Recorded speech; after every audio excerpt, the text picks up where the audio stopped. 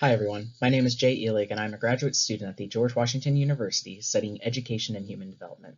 Today I will be presenting Breaking Boundaries, including transgender individuals in adult education research.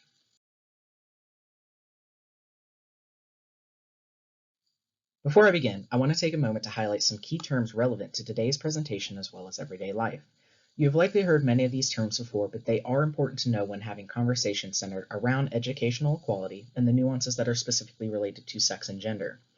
Two of the terms that we will use most today will be transgender, which is an umbrella term for persons whose gender identity, gender expression, or behavior does not conform to that typically associated with the sex they were assigned at birth. Sex is what is assigned at birth and refers to one's biological status as either male or female and is associated primarily with physical attributes such as chromosomes, hormone prevalence, as well as internal and external anatomy.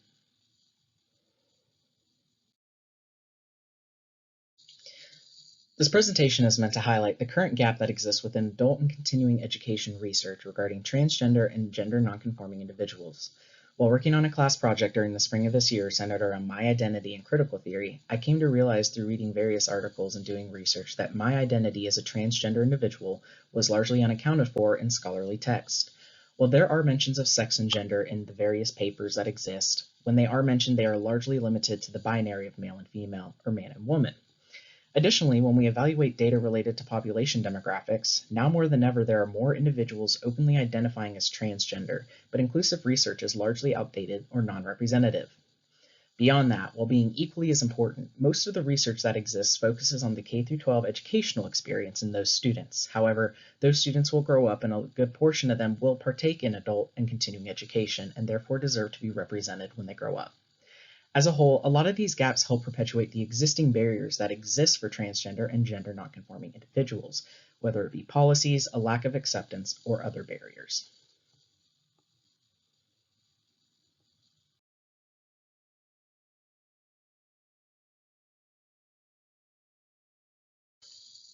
To briefly mention some of the data, more transgender adults report having lower education levels than non-trans adults.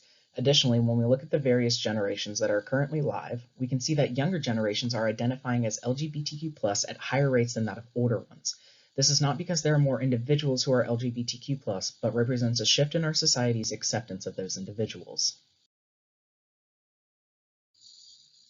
There are a handful of recommendations that can be made in order to close this gap in research, one of which is through research crossovers of theories that already exist. Feminist, queer, and transgender theories are largely inclusive of transgender and gender nonconforming individuals and have already made great strides in producing more research into this understudied area and these understudied populations.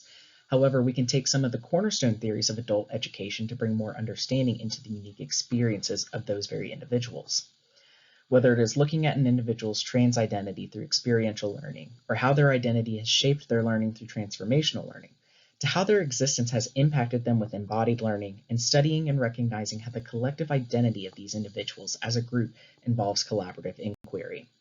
Of course, many other theories would benefit through the crossover of new and old theories, but these four are four of the main ones that I have identified as being of utmost relevance to bridging this gap in research.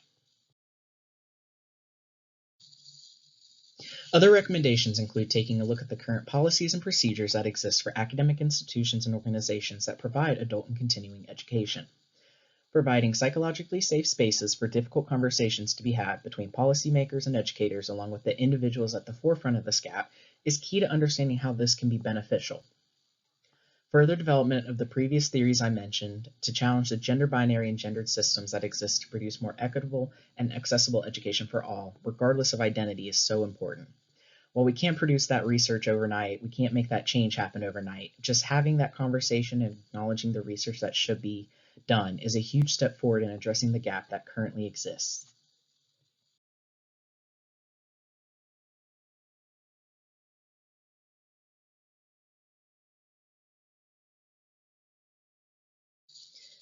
Thank you all for taking the time to watch. I look forward to engaging with you all virtually and in person in Reno at the end of the month. Please feel free to leave a comment, ask any questions, or reach out to connect. Take care, everyone.